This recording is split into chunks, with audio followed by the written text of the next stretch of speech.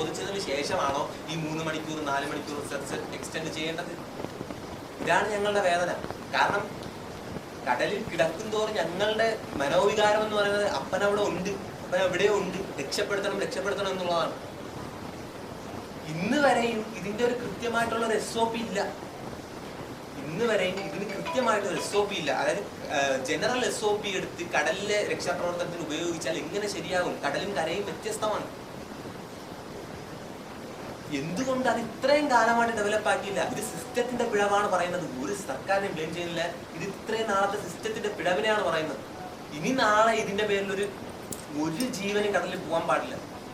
2-way communication വേണമെന്ന് എത്ര നാളായി അവർ അഭ്യർത്ഥിക്കുന്നു. ഒരു തീരെ മുഴുവനും ഒഴിഞ്ഞു കൊടുത്തിട്ടാണ് ISR ഉണ്ടായത്. എന്നിട്ട് ടെക്നോളജി ഫിഷർമാൻ എന്ത് നൽകി? ഇന്നും ഓരോ വീട്ടിൽ അന്നത്തെ അവസ്ഥ തന്നെയാണ്. ഇന്നും ഓരോ വീട്ടിലും കടലിൽ പണിക്ക് പോകുമ്പോഴത്തേക്കും അപ്പന്മാർ കടലിൽ പണിക്ക് പോകുമ്പോഴത്തേക്കും വീട്ടിലെ സ്ത്രീകളും കുട്ടികളും ആശങ്കയോടെ കഴിയേണ്ട ഒരു അവസ്ഥയാണ് ഇന്നും. പക്ഷെ അങ്ങനത്തെ 2-way കമ്മ്യൂണിക്കേഷനോ മറ്റു കാര്യങ്ങളോ ഉണ്ടായിരുന്നെങ്കിലോ അക്യുറേറ്റ് ആയിട്ടുള്ള വെതർ ഫോർകാസ്റ്റിംഗ് നമുക്കില്ല. അക്യുറേറ്റ് ആയിട്ട് നൽകാൻ കഴിയുന്നില്ല. ഇന്നലെ 40 കിലോമീറ്ററിൽ നിന്നൊരു വേഗതയിൽ ചുഴലിക്കാറ്റ് ഉണ്ടാവും എന്നൊക്കെ പറയും. ഇന്നലെ എവിടെയെങ്കിലും കാറ്റുണ്ടായോ? മത്സ്യത്തൊഴിലാളി എന്ത് ചെയ്യും? ഉറപ്പായിട്ടും ആ മത്സ്യബന്ധനത്തിന്. കാരണം കൃത്യമായിട്ടുള്ള ഒരു വെതർ ഫോർകാസ്റ്റിംഗ് കിട്ടാത്തത് കൊണ്ട് അവൻ ചിന്തിക്കും ഇങ്ങനെ അടുത്ത തവണ നൽകുമ്പോഴത്തേക്കും അവൻ ചിന്തിക്കും ഉറപ്പായിട്ട് നടക്കില്ല, അവൻ കടലിൽ പോകും. ഇന്ന പ്രദേശത്ത് ഇത്ര കാറ്റടിക്കും എന്നുള്ള കൃത്യമായിട്ട് വെതർ ഫോർകാസ്റ്റിംഗ് നൽകിയിരുന്നെങ്കിൽ അവർക്ക് മുൻകരുതലോടുകൂടി മീൻ പിടിക്കാൻ പറ്റും, മുൻകരുതലോടുകൂടി അവർക്ക് പോകാൻ പറ്റും.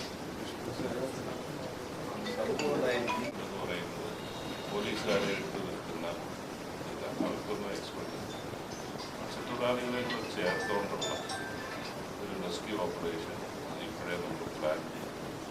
പിന്നെ ഈ വെതർ ഫോർകാസ്റ്റിൻ്റെ പോരായ്മയുണ്ട്, അക്യുറേറ്റ് ആയിട്ട് അവർ പറയുന്നില്ല. അത് കഴിഞ്ഞ ദിവസം മീറ്റിംഗ് അവിടുത്തെ പ്രളയത്തിൻ്റെ ഭാഗമായി മീറ്റിംഗ് കൂടിയപ്പോൾ അവിടെ എല്ലാം CM പോലെ അതിന് വഴക്ക് പറഞ്ഞാൽ പ്രകാരമായിട്ട് എക്സാക്ട് വെതർ ഫോർകാസ്റ്റ് ചെയ്യാൻ പറ്റുന്നില്ല.